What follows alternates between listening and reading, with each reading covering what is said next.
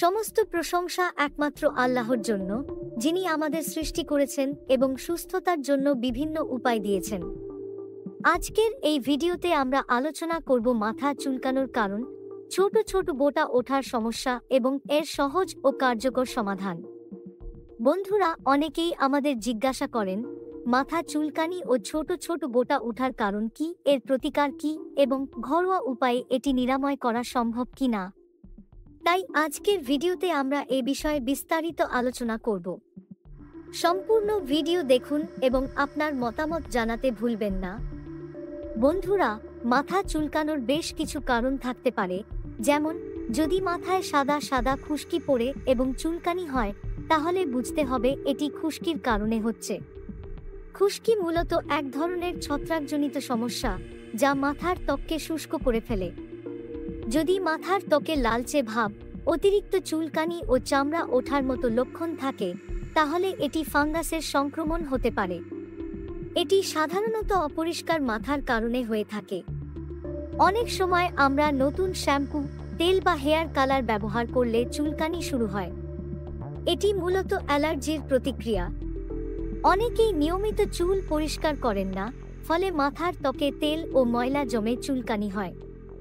বিশেষ করে যারা প্রতিদিন বাইরে যান, তাদের জন্য এটি একটি সাধারণ সমস্যা। চুলে বেশি শ্যাম্পু ব্যবহার করলে প্রাকৃতিক তেল নষ্ট হয়ে যায়, যার ফলে মাথার ত্বক শুষ্ক হয়ে যায় এবং চুলকানি শুরু হয়।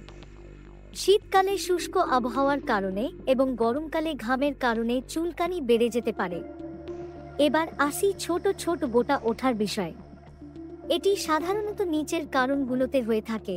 যদি মাথার ত্বকে ছোট ছোট ব্রণ বা ফোঁড়ার মতো বোঁটা ওঠে এবং ব্যথা হয়, তাহলে এটি ব্যাকটেরিয়া বা ছত্রাকজনিত সংক্রমণ হতে পারে। নিয়মিত চুল পরিষ্কার না করলে ঘাম ও ময়লা জমে ছোট ছোট বোঁটা ওঠার কারণ হতে পারে। যদি মাথায় প্রচুর ঘাম হয় এবং তা ঠিকমতো পরিষ্কার না করা হয়, তাহলে সংক্রমণ হতে পারে।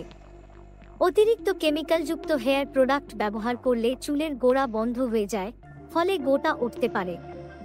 যদি চুলের গোড়ায় ময়লা ও তেল জমে থাকে, তাহলে এটি ইনফেকশন ও ব্রণের সৃষ্টি করতে পারে। ভিটামিন বি, জিঙ্ক ও প্রোটিনের অভাব থাকলে চুলের স্বাস্থ্য খারাপ হয়ে যেতে পারে। সঠিক শ্যাম্পু ব্যবহার করুন। খুশকির সমস্যা থাকলে অ্যান্টি ড্যান্ড্রাফ শ্যাম্পু ব্যবহার করুন। চুলকানি কমাতে টি ট্রি অয়েলযুক্ত শ্যাম্পু ভালো কাজ করে। টক দই ও লেবুর রস মিশিয়ে 20 মিনিট মাথায় রেখে ধুয়ে ফেলুন। অ্যালোভেরা জেল মাথার ত্বকে লাগিয়ে 30 মিনিট রেখে ধুয়ে ফেলুন। নারকেল তেল ও ক্যাস্টর অয়েল ব্যবহার করুন। প্রতিদিন অন্তত 8 থেকে 10 গ্লাস পানি পান করুন। ভিটামিন বি, জিঙ্ক, ওমেগা 3 সমৃদ্ধ খাবার খান। তৈলাক্ত ও ফাস্ট ফুড কম খান। চিরুনি, টাওয়েল ও বালিশের কাভার নিয়মিত পরিষ্কার করুন। ঘাম হলে দ্রুত মুছে ফেলুন। সপ্তাহে 2 থেকে 3 বার শ্যাম্পু করুন।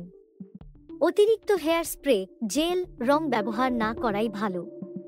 যদি এই প্রতিকারগুলো কাজে না আসে এবং সমস্যা দীর্ঘস্থায়ী হয়, তাহলে চিকিৎসকের পরামর্শ নিন।